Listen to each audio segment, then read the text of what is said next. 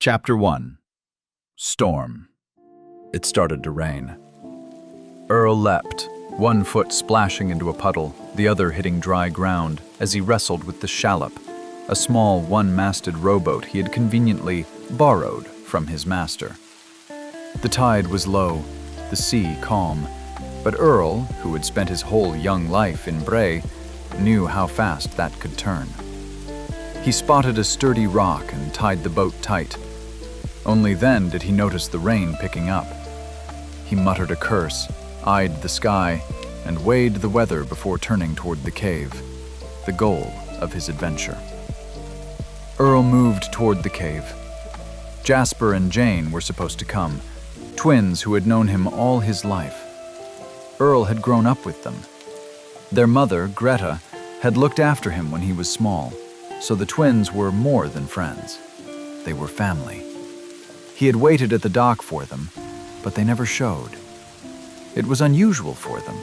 They were always annoyingly punctual. He couldn't wait any longer, not with his master's boat stolen and the tide in mind. The cave's entrance grew larger as he approached. Soon the walls and ceiling towered over him. They reminded him of the castle walls in the paintings his master used to show him. Earl felt small, tilting his head back to take in the scale of it all. Nature could build wonders no man could match. Waves crashed against the rocks, and water rose close to his boots. He jumped over a small swirling pool and found a narrow path leading deeper inside. As he climbed, he noticed how neatly the path seemed shaped. A closer look showed that some of the rocks had been cut, like brickwork. Who would build anything out here, and why? It was clear nature couldn't have shaped this. Still, Earl had no idea who would try to build anything in such a harsh, impossible environment. He reached a platform overlooking the cave's vast opening. In its center stood a structure. No, an altar. It was ancient, yet even for its age it looked grand, almost proud. At its heart rested a large bronze disc. From where he stood, he couldn't make out the design. Earl stepped closer and wiped away centuries-old dust. He noticed that the disc seemed unusually heavy for bronze. The carving revealed a winged serpent coiled upon itself, swallowing its own tail. He was astounded. He had never seen anything like it, not in all his years of studying. No book he had read showed a symbol like this. He opened his bag, pulled out a pencil and his notebook, and searched for a dry patch of rock. Sitting down, he began to sketch the strange design before him. He thought of Master Leicester, a short, stout old man. "The only way to share your findings faithfully," the master had said, "was to sketch them as you saw them." Once he had secured his pencil and paper, Earl walked around the altar, searching for more clues. On the far side, he discovered an opening to the sea, perfectly round, carved clean through the rock. Around the edge, faint markings were etched into the stone. Though time and salt had nearly erased them, he could still make out the words, "Danger arises in the east." As he read, a chill ran through him. Why would some old markings give me chills? Earl believed in what he could see with his own eyes, in what was rational, not in old superstition. Still denying what he had felt, he made his way down from the platform. Earl searched for the same rocks he had used to cross earlier, but most were now swallowed by the tide. He spotted the last one jutting out of the water and leapt for it. This time, he misjudged the distance. His foot slipped on the slick surface, and he hit his head against the rock. The taste of iron filled his mouth as blood trickled from his nose. His thoughts blurred, and darkness closed in. It tasted like salt, he thought. His mouth was full of it. It was hard to breathe, he thought. No, impossible to breathe, he thought. The world lurched back into motion as a wave rolled over him. Earl's eyes flew open. His head was under water. The tide was rising, and the storm was closing in as he lay there, half buried by the sea. His vision blurred at the edges, and a throbbing ache pulsed behind his eyes, making the world tilt slightly as he shook off the daze. He sat up, coughing out mouthfuls of seawater as another wave crashed into him from behind. He fought to stand, his knees trembling, and half walked, half crawled up the rocks to a patch the waves hadn't reached. At least, not yet. Nothing on the island was dry anymore. It had been raining for hours. He leaned against the cliff and took deep breaths. He had learned breathing techniques from Master Leicester for meditation, and he quickly realized they helped him stay focused and calm. They were meant for moments of pressure, to keep the mind clear and the body steady when things got sticky. And this was a sticky situation, he thought. He forced himself to keep his breathing steady a little longer. It must have been past 6 by now. The sun would set within the hour. The rain had turned into a full storm, and the tide was rising fast. He turned his head, searching for Master Leicester's boat. The good news, he found it, and it seemed to be in decent shape, considering the circumstances. The bad news, he would have to swim to reach it. The path was completely submerged, and worse, the rock the boat had been tied to was underwater as well. There was no telling how long the knot would hold. He sighed and weighed his options. Best case, he somehow reached the boat and managed to paddle it through the storm, against the tide, all the way back to the harbor, and the master would never find out. Or he could stay here, try to find shelter on this little islet, and wait out the night. Maybe, if luck was on his side, the storm wouldn't destroy Master Leicester's boat. As he thought the second option would be better, he found himself doing the opposite. Earl started toward the water, bracing himself to swim for the boat.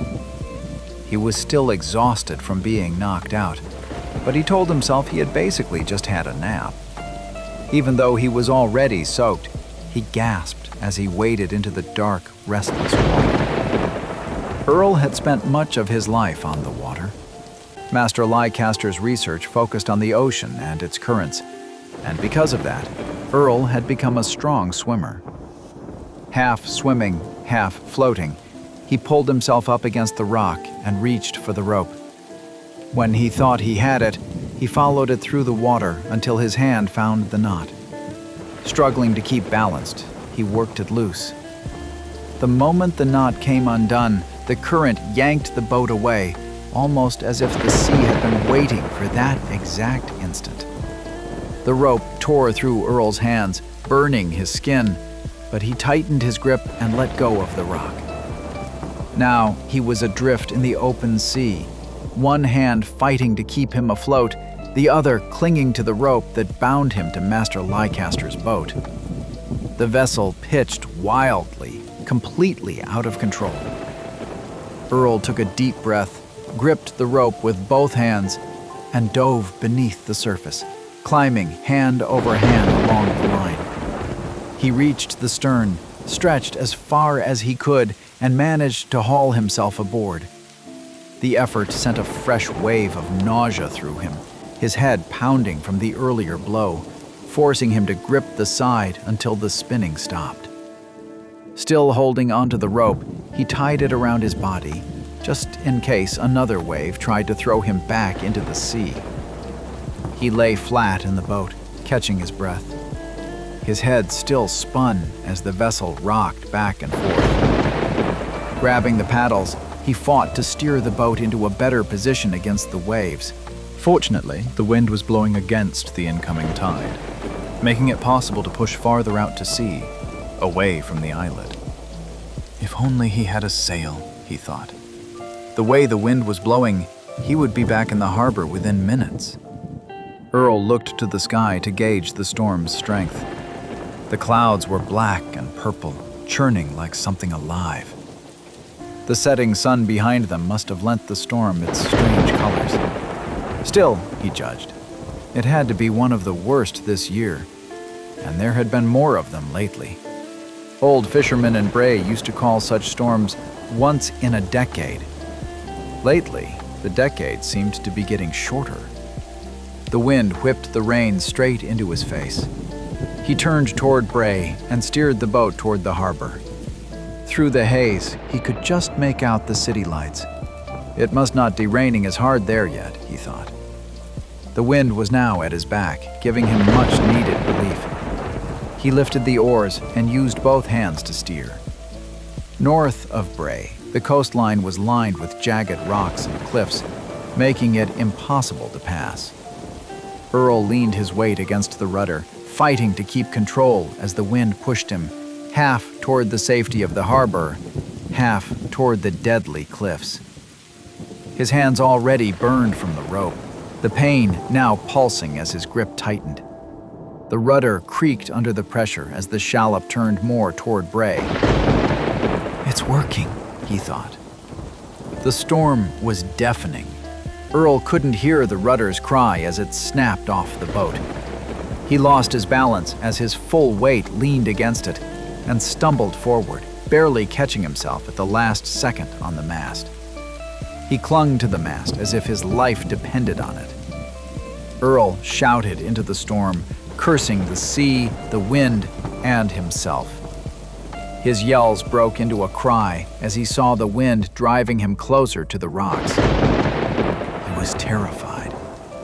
He shouted for help, begged for someone to hear him, but the wind and waves roared too loudly. Even if someone had been nearby, they wouldn't have heard a thing. Out here, he was nothing more than a small dot in the dark sea. Nobody knew where he was, adrift in the storm, without a rudder, carried towards certain death. He cursed his own arrogance. He was in this mess because he had thought he could outwit everyone and everything, even nature itself.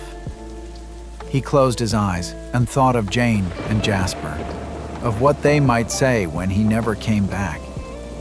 Then he thought of Master Leicester. He thought of how angry they would be if they knew he had put himself in this situation. A violent jolt of the boat made him open his eyes. The shallop was climbing a massive wave, and as it tilted, it spun around. Where there had been only open sea a moment ago, the wave revealed a jagged rock rising from beneath the water. The boat raced down the wave's face, straight toward it. Earl shut his eyes once more. He felt the floor drop away beneath him, his body swallowed by water.